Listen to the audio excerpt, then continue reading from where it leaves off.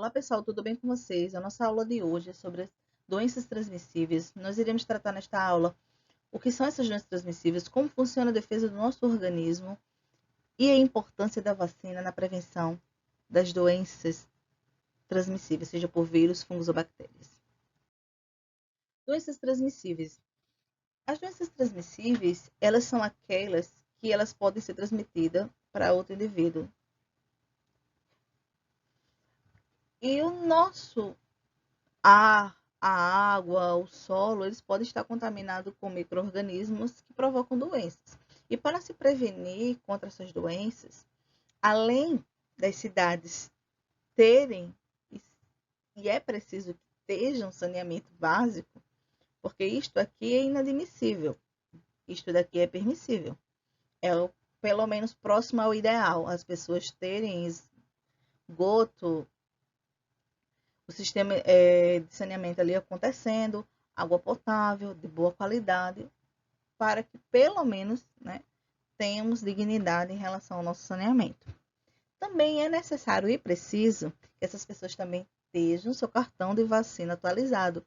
Por quê? Porque ele evita que a pessoa esteja, né, formas graves das doenças ou que de fato nem tenha doenças por estar totalmente imunizado. Assim também como é muito importante que esses indivíduos também tenham higiene pessoal. Uma das mais importantes, que aprendemos até com a pandemia, é a higienização das mãos. Lavar sempre bem as mãos antes das refeições, depois de sair do banheiro, quando chega na rua, vem para casa. É muito importante ter essa higienização e nunca colocar as mãos sujas nem na boca e nem nos olhos. O nosso organismo, ele tem a sua defesa natural. E o nome do sistema que é responsável em organizar essa defesa, criar esta defesa contra o ataque de agentes infecciosos, é o sistema imunológico. Esses agentes infecciosos ou patogênicos, eles que causam doenças, eles podem ser fungos, bactérias e vírus, tá? Uma das defesas do nosso organismo é feita pelos anticorpos, que são proteínas que estão ligadas aos organismos invasores e que eles ajudam a destruí-los. Nesta imagem que eu trago para vocês, nós podemos observar que existe uma célula de defesa que vai produzir anticorpos, ou seja, essas proteínas, e estas proteínas elas vão se ligar à célula invasora, ou patógeno, podemos dizer assim. E aí o fato dela se ligar a esses patógenos faz com que o nosso sistema imunológico ele recrute células que venham a destruir esses organismos invasores, criando aí a proteção contra a doença, né?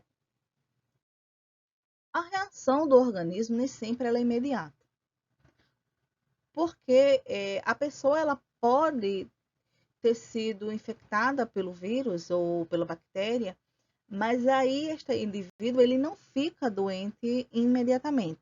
É preciso que esse indivíduo ele se multiplique ali dentro do organismo. Assim também como a resposta imunológica ela não é rápida, né? Ela tem que identificar esses micro-organismos, a célula de defesa precisa crescer anticorpo e depois esses anticorpos vai recrutar esse conjunto aí de células que vai fazer a defesa do nosso organismo, tá? E justamente por não ser imediatamente que acabamos adoecendo. Porém, após a cura, acaba que muitas vezes o nosso organismo ele cria resistência a certas doenças. Justamente porque isso acontece? Porque o nosso sistema imunológico ele cria uma espécie de memória, tá? Ou seja, isso quer dizer que ele aprende a se defender desses seres invasores, ou seja, desses agentes patogênicos, tá?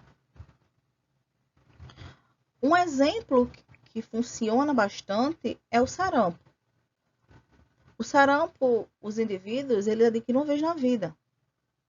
E se essa pessoa estiver vacinada, o organismo ele vai aprender. E dificilmente esse indivíduo ele vai, na vida, ter novamente sarampo. Tá? Porque as células do nosso organismo, quando entram em contato com com esse vírus, ele aprendeu a ter resposta, ele aprendeu a se defender deste vírus. E as vacinas, ela funciona como um aliado no sistema imunológico. Por quê? Porque como essas vacinas, elas são feitas por parte de micro-organismos ou até com micro-organismos mortos ou com aqueles atenuados, ou seja, são aqueles que não vão causar doenças, o nosso sistema imunológico ele acaba sendo estimulado a criar anticorpo. E quando ele cria esse anticorpo, eles começam a trabalhar no seu sistema de memória, ele começa a aprender a se defender, certo? Então, por isso que dizemos que a melhor forma de se prevenir justamente é se vacinar. Porque se as pessoas se vacinam, aquela população, ela dificilmente vai as pessoas estarem ficando doentes, né? Vai diminuindo cada vez mais a quantidade de indivíduos daquela população que vai se vacinando. Por isso que dizemos que as vacinas ela não protegem apenas o indivíduo, mas toda aquela comunidade, tá? Então, por isso que é importante, para evitar que essas doenças transmissíveis elas se espalhem e atinjam muitas pessoas. Por isso que dizemos que a vacinação é um meio de prevenção, tá? E hoje em dia existe vacina tanto para vírus, bactérias, entre outros parasitas, tá? Por se tratar de um tratamento preventivo, a maioria das vezes as vacinas elas devem ser aplicadas antes do indivíduo ter sido vacinado. Justamente porque se esse indivíduo ele tiver sido contaminado, um exemplo, esse indivíduo pegou o vírus da gripe nele, inoculou ele no seu organismo.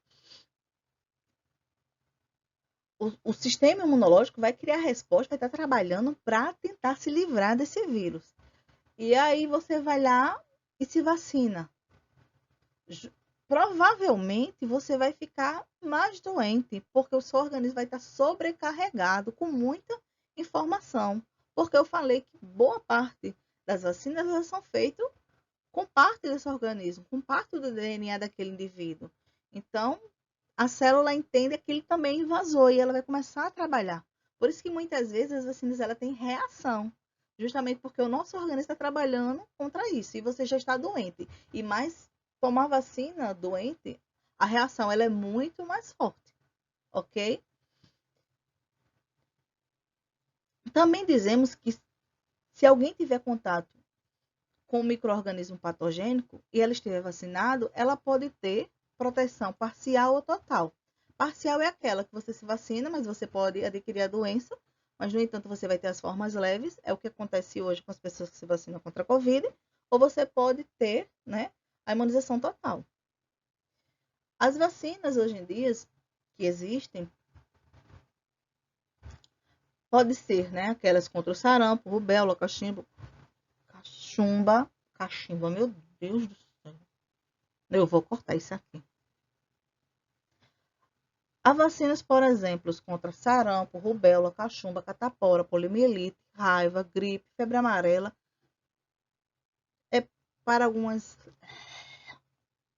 Há vacinas, por exemplo, contra sarampo, rubéola, cachumba, catapora, poliomielite, raiva, gripe, febre amarela, certos tipos de hepatite e agora a Covid-19.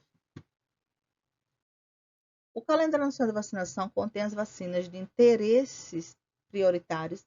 Elas são distribuídas gratuitamente nos postos de vacinação das redes públicas e a aplicação é feita com faixa etárias e é considerada também para aqueles profissionais que estão expostos ao risco, ou seja, aqueles da linha de frente, principalmente os profissionais da saúde. A caderneta de vacinação é um documento em que são registradas as vacinas que a pessoa toma, com a data em que elas foram aplicadas. E este documento ele deve estar sempre atualizado e ser apresentado em consultas médicas, matrículas escolares e entre outros. E quando você se vacinar, lembre-se, não é apenas por você, é por todos nós. Vacinação sempre em dia. Há muitas doenças infecciosas que atingem os seres humanos. Vamos usar o exemplo do caso da gripe. Elas surgem e espalham-se e atingem um número muito grande de pessoas em uma determinada região. Quando isso acontece, nós dizemos que estamos passando por um processo de epidemia, como foi o caso da febre amarela. Outras vezes, a doença ela persiste por vários anos em uma região e afeta um grupo maior de pessoas. E aí dizemos que ela é uma endemia. Já quando esta doença ela se espalha por vários lugares do mundo, ela é uma pandemia, que é o caso da Covid-19. Olá pessoal, tudo bem com vocês? A nossa aula de hoje é sobre o SARS-CoV-2 ou o novo coronavírus. Os vírus podem apresentar várias formas, como podemos observar na imagem aqui ao lado, de vários tipos de formatos de vírus que podem hospedar tanto animais como seres humanos.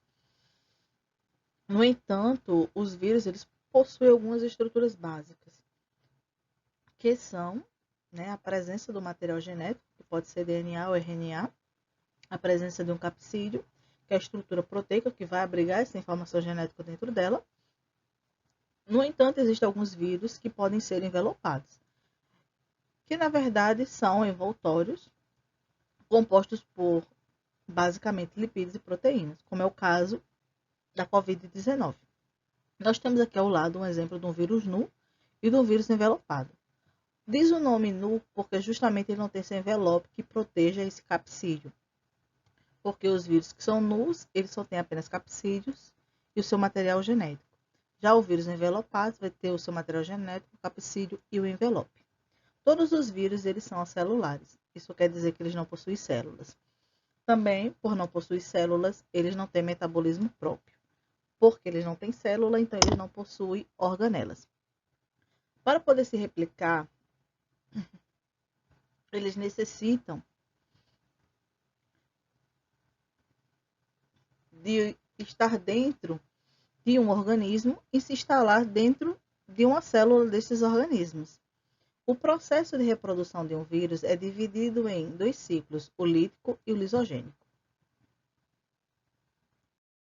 Então, aqui nós temos um exemplo básico do vírus de bacteriófago, que é aquele que hospeda células de bactéria, representando os dois ciclos. O ciclo lisogênico nada mais é do que aquele ciclo onde o vírus ele vai depositar o seu material genético dentro do interior da célula e esse material genético, ou seja, o DNA viral, ele vai se unir ao DNA da bactéria e a bactéria ela vai acabar se reproduzindo de forma sexuada, ou seja, criando uma cópia de si mesmo, onde nesse indivíduo que ela já criou já tem a célula dela, o seu material genético já está modificado, como ocorre nesse exemplar, né,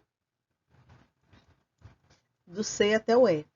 Quando ela chega nesse estágio aqui, ou ela pode voltar novamente ao ciclo lisogênico e continuar produzindo células de bactérias com DNA modificado, ou seja, aquele que tem o DNA viral, ou ela pode voltar para cá e começar o ciclo lítico.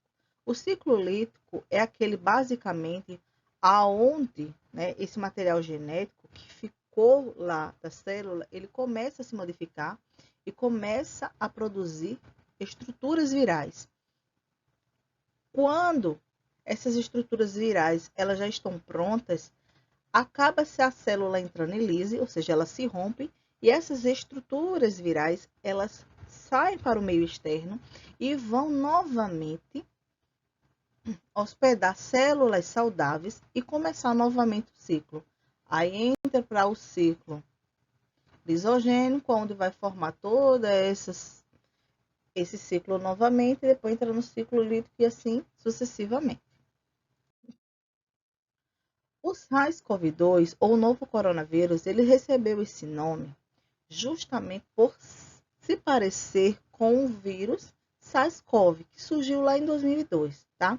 No entanto, a família do SARS ela é enorme e existem vários membros deles, e alguns deles causam doenças em seres humanos. Como havia falado, em 2002 ocorreu um surto da síndrome respiratória aguda grave, daí o nome SARS, que causa, né? Ou seja, ela é causada pelo vírus do SARS-CoV e ele se espalhou em mais de 26 países, contaminando 8.098 pessoas e matando 774 pessoas. E teve a origem, a princípio, lá na China em 2002, né? E vai aparecer lá em 2019 depois. Mas um vírus diferenciado um pouquinho, tá? Presta atenção. Antes de aparecer em 2019, ele apareceu em 2012, né? Então, de 2002 a 2012 foram 10 anos.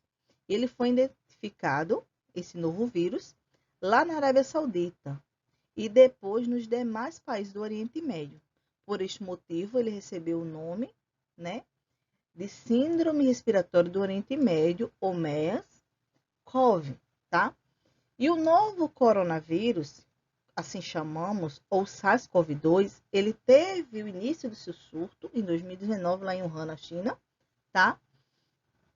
Que é o vírus causador da Covid-19. Só que ela já é um pouco diferente, ela é similar ao COVID de 2002, mas ela já tem algumas modificações, por isso que ela se chama COVID-2, tá? O coronavírus chegou ao Brasil em 2020 e no dia 11 de março de 2020 foi que ele foi considerado uma pandemia mundial. Por quê? Porque a pandemia é quando o vírus ele está acontecendo em vários locais do mundo. Se não, poderia ser, se fosse só em Wuhan, seria uma epidemia, em alguns locais seria uma endemia, mas no mundo inteiro, pandemia. E aqui nós temos exemplo dos estados onde surgiu os primeiros casos suspeitos de coronavírus. Como o vírus funciona? Primeiramente, o coronavírus ele pertence à família dos coronavírus. O vírus que causa a Covid-19, ele é um vírus de RNA, tá? Ou seja, ele é um vírus que dentro do seu material genético é o ácido ribonucleico e não o DNA. O DNA ele se chama ácido desoxirribonucleico. O nome corona é devido à estrutura da sua superfície, lados, né, está acoplado ao seu envelope, semelhante a uma coroa. E as doenças que estão associadas ao coronavírus é justamente as respiratórias, as hepáticas, as neurológicas e intestinais, que podem acontecer em mamíferos e aves. Eles têm grande potencial de transmissão entre espécies e ele é de rápida adaptação, por apresentar um genoma grande, tá? O maior entre os vírus de RNA e alta taxa de mutação e recombinação. Então, justamente por ela ter essas características no seu material genético, é que faz esse vírus ele ser, né, potencialmente transmissível e de fácil adaptação. E também podemos observar de variâncias também, né? E se observar, ele já vem variando, né? Desde o seu aparecimento ali em 2002, 2012 e agora 2019. Nós observamos que em 2020, 2021 já existem algumas, né, variâncias destes vírus em sua população nessa família. O novo coronavírus é composto externamente por uma camada de lipoproteína, ou seja, de lipídios e proteínas, e é justamente nessa camada que encontramos as espículas, ou seja, a coroa, que é composta de glicoproteínas. Nós temos aqui na imagem as estruturas principais, que é o material genético, que é o RNA, o envelope e o capsídeo. Dentro do capsídeo nós encontramos esse arranjo que guarda lá o material e o envelope, onde nós vamos encontrar no envelope as glicoproteínas com a espícula S, que vai ser, né, uma estrutura muito importante para a fixação do COVID. Vamos ver como é o novo vírus e como ele se reproduz. Então, como vimos anteriormente, o vírus ele vai ter aquelas estruturas básicas, o material genético, que é o RNA, o seu capsídeo, né? A membrana também glicoproteica, que é o envoltório que envolve o material genético, e algumas proteínas, que nesse caso dá o diferencial no coronavírus, que é a proteína S, que é aquela que permite o encaixe do vírus na célula, que é justamente essa, a proteína N, que camufla o RNA diante do sistema imunológico, que é justamente essa, A proteína E, que ajuda a infectar outras células, que são essas menores aqui. Uma vez o indivíduo infectado com o vírus do coronavírus, esse vírus ele vai procurar uma célula. E a célula humana, ela apresenta um receptor que se chama ACE2. Então, o vírus ele vai encaixar sua proteína S. E uma vez acontecendo esse acoplamento, o vírus ele vai introduzir o seu RNA dentro da célula. E a célula ela vai entender que o RNA do vírus é o seu próprio e cria milhões de cópias deles, a partir das quais produzirão proteínas virais. Todos os componentes que se agrupam para formar novos vírus completos, eles saem das células e infectam outras células, como nós podemos observar aqui. Então, nessa imagem, é exatamente aquele ciclo que nós falamos anteriormente. Nós observamos que o vírus ele vai procurar a célula, ele vai se acoplar, né? O coronavírus ele tem algumas proteínas que vai burlar o nosso sistema imunológico, por isso que as pessoas adoecem e o vírus ele persiste por mais tempo dentro do organismo, justamente porque ele cria essa deficiência dentro do nosso sistema imunológico. E aí nós podemos observar justamente aqui que nós temos o ciclo lisogênico, onde o vírus ele lança seu material genético dentro da célula. A nossa célula ela entende, né? Ela é burlada a entender que esse material genético é nosso e acaba criando várias cópias. E daí, quando ele produz, né, essas proteínas virais, elas acabam se transformando realmente em vírus completos. E nós observamos já aqui o ciclo lítico. Nesse momento aqui, quando eles já estão prontos, né? Cada vírus ele pode criar em média a 10.000 a 100.000 cópias. Eles rompem a célula, ou seja, mata a célula e volta novamente a atingir novas células. Certo? Ele é lançado na corrente sanguínea. Eles vão procurar novas células saudáveis para criar mais 10.000 ou 100.000 cópias. E aí volta novamente esse processo do ciclo. Tá? A aula de hoje é mais para que vocês pudessem entender o que é o vírus, quais são as estruturas do vírus, quais são as estruturas que tornam o coronavírus diferente, entender um pouquinho da história sobre o vírus. Nós só podemos observar que já houve ali, né, umas variâncias entre o vírus. E na próxima aula nós vamos conversar sobre variância, sobre a importância da vacinação, para que vocês possam compreender melhor esse leque, né, sobre o coronavírus, tá? Eu espero que vocês tenham gostado da aula de hoje. Qualquer dúvida, vocês me perguntam, que eu tiro a dúvida de vocês. Um beijão e até mais. Tchau, tchau.